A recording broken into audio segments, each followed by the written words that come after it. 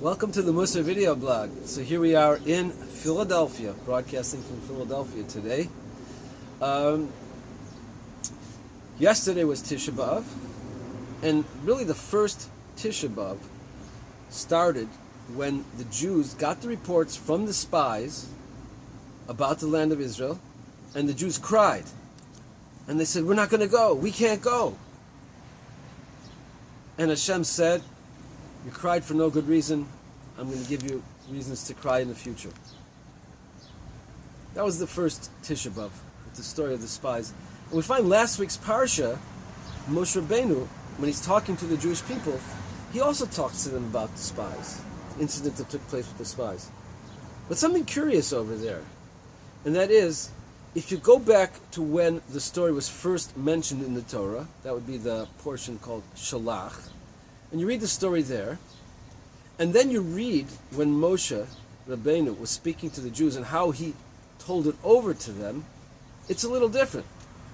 The story was, he sent out 12 spies, and then when he sent the 12 spies, they came back with their report, and they discouraged the people, and because of the report of the spies, the people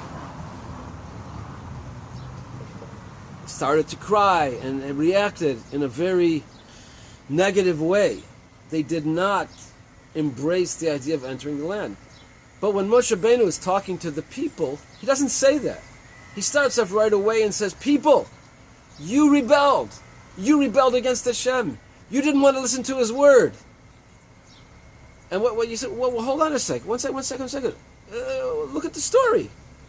The story was the spies came back, gave a negative report. I mean, what do you want from the people after all? 10 of the 12 spies discouraged the people from going.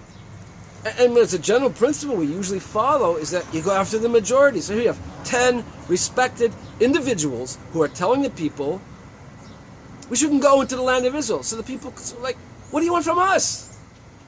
We just followed their counsel. And yet when Moshe Rabbeinu tells over the story, he doesn't say that. He leaves all that out. He goes straight to the point. You people, you rebelled. You didn't want to go. What's that about? The answer is, Moshe Rabbeinu is cutting to the core. A lot of times, people give excuses. They have a whole structure why they did what they did. But that's not the real reason why they did what they did. It's Moshe Rabbeinu saying, I know you have your alibi all set up. It was the 10 spies that gave the negative report, and you were just listening to them. I know all that. And I know you have your excuses. Yeah, what do you want from us? We're just following them. They were distinguished men. Of course we have to listen to what they say. Moshe Rabbeinu says, I know all that already.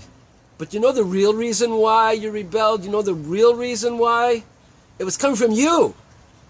That was just a pretext.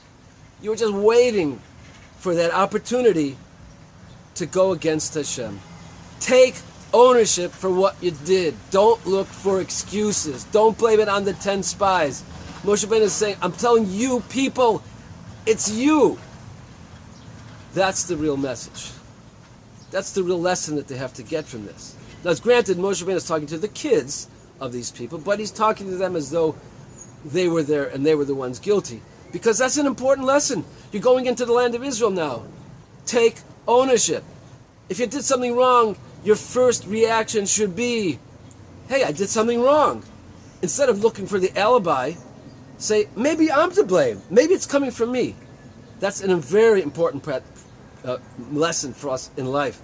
Because the knee-jerk reaction of most people is, I'm not to blame. Right away, we're kicking in this excuse, that excuse. He did it, she did it, they're to blame. It's because of certain... No. The starting point should always be, take ownership. I did it. I'm responsible. Okay, then you can start analyzing it. Maybe there were other factors, maybe. But first and foremost, everybody has to know, I have to take ownership. And it would change our lives. So often, instead of making excuses, we'd say, maybe you're right. Maybe I did something wrong. You know what? I'm sorry. But instead, no, it's your fault. No, that's not the way to go. Let's take a lesson from the rebuke that Moshe Rabbeinu said to the Jewish people. Let's take ownership. Let's acknowledge our own deeds. Let that be the starting point of all our dealings. See you next time.